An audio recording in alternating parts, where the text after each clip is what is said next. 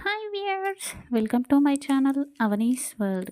శ్రీ పరాభవ నామ సంవత్సరం, ఉత్తరాయణం, వసంత ఋతువు, కృష్ణపక్షం, చైత్రమాసం, తృతీయ. ఈరోజు స్వాతి నక్షత్రం అండి, శనివారం. స్వాతి నక్షత్రం రాహు మహా నక్షత్రం. అలాగే ఈ నక్షత్రాధిపతి వాయువు. మనము ఈరోజు నరసింహస్వామి నామాన్ని జపించాలి. ఎందుకంటే స్వాతి నక్షత్రం స్వామి నక్షత్రం కాబట్టి. ఓం లక్ష్మీ నరసింహాయ నమః, ఓం లక్ష్మీ నరసింహాయ నమః, ఓం లక్ష్మీ నరసింహాయ నమః. ఈ నామాన్ని జపించడం వలన ఆ లక్ష్మీ నరసింహస్వామి ఆశీస్సులు, అనుగ్రహం మనపై ఉంటాయి. ఇక ఈరోజు మంచి మాట.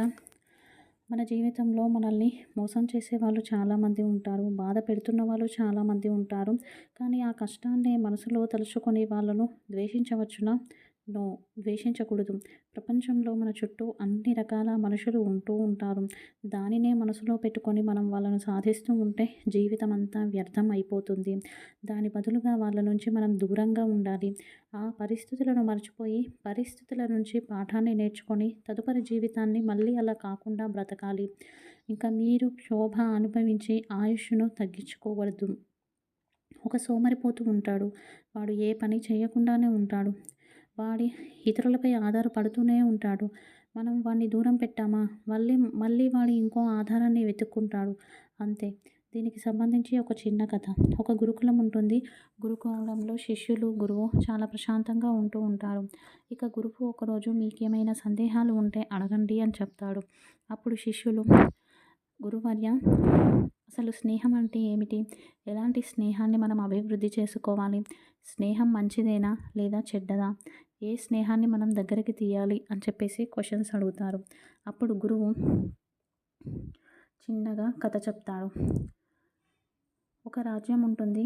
ఆ రాజ్యంలో రాజు 3 శిల్పాలను ప్రవేశపెడతారు. అందులో 3 శిల్పాలు ఒకే విధంగా ఉంటాయి.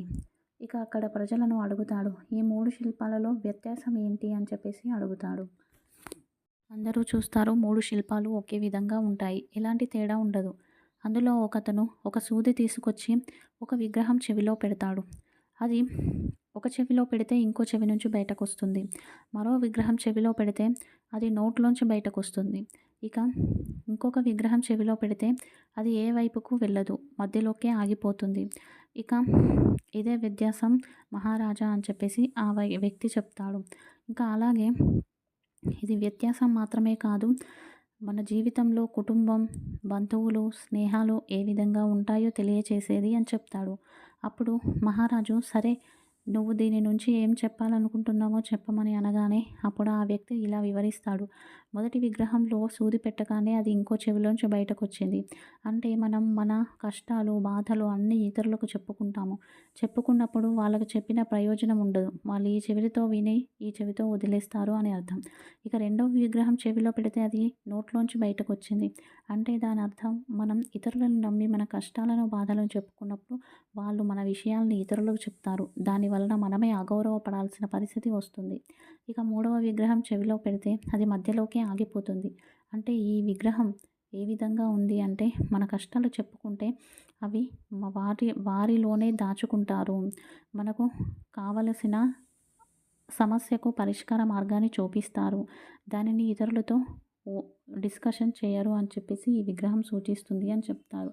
చూస్తున్నారు కదండి, అతి విశ్వాసం అనేది ప్రాణ సంకటం. ఎప్పుడూ కూడా ఇతరులను నమ్మి మన విషయాలు ఎప్పుడూ ఇతరులతో చెప్పకూడదు.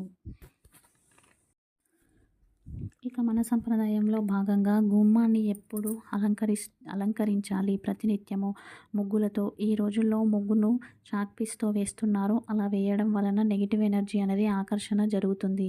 ఎప్పుడైతే ముగ్గు బియ్యం పిండితో వేస్తారో అప్పుడు ఇంట్లో కోపం, ద్వేషం తగ్గి ఇంట్లో వాళ్ళంతా శాంతంగా ఉంటారు. ముగ్గు వేసినప్పుడు ఆ ముగ్గు మధ్యలో కాస్త ఎర్రమట్టిని కూడా ఉంచడం వలన చాలా మంచి జరుగుతుంది. ఇక ఈరోజు తారాబలం నిత్య నక్షత్రం స్వాతి నక్షత్రం, అశ్విని మఖ మూల నక్షత్రం వారికి సాధక తార, భరణి పుబ్బ పూర్వాషాఢ ప్రత్యక్తార, కృతిక ఉత్తర ఉత్తరాషాఢ క్షేమతార, రోహిణి హస్త శ్రవణ నక్షత్రం వారికి విపత్తార, వృషిర చిత్త ధనిష్ట నక్షత్రం వారికి సంపద తార, ఆరుద్ర స్వాతి శతభిష నక్షత్రం వారికి జన్మతార, పునర్వసు విశాఖ పూర్వభాద్ర నక్షత్రం వారికి పరమమిత్ర తార, పుష్య, అనురాధ, ఉత్తరాభాద్ర నక్షత్రం వారికి మిత్రతార, ఆశ్లేష, జ్యేష్ఠ, రేవతి నక్షత్రం వారికి నైదనతార. ఇక ఈరోజు వాస్తు పరిష్కారంలో భాగంగా ఎప్పుడైతే గృహ నిర్మాణం చేస్తూ ఉంటామో ఆ గృహ నిర్మాణం చేశాక 1 ఇయర్ లోపు ఎవరైనా చనిపోతే గృహప్రవేశం లాంటివి చేయకూడదు.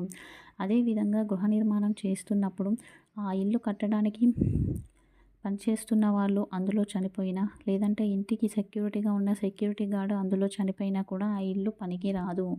దానిని వేరే వాళ్ళకు అమ్మేసి మీరు ఇంకో చోట భూమి కొనుక్కోండి. ఇక ఈరోజు రేపు ఉదయాన్నే పాటించవలసిన పూజ. రేపు ఆదివారం శివాలయంలో శివారాధన చేసి నిమ్మరసంతో శివునికి అభిషేకం చేయండి శివలింగానికి. అలాగే ఎర్రచందనం పెట్టేసి బిల్వదళాలు కానీ ఉమ్మెత్త పూలను కానీ సమర్పించడం వలన ఇంట్లో శుభం చేకూరి ఇతరుల వల్ల జరిగే గొడవలు తగ్గిపోతాయి. ఇక ఈరోజు యోగక్షేమం.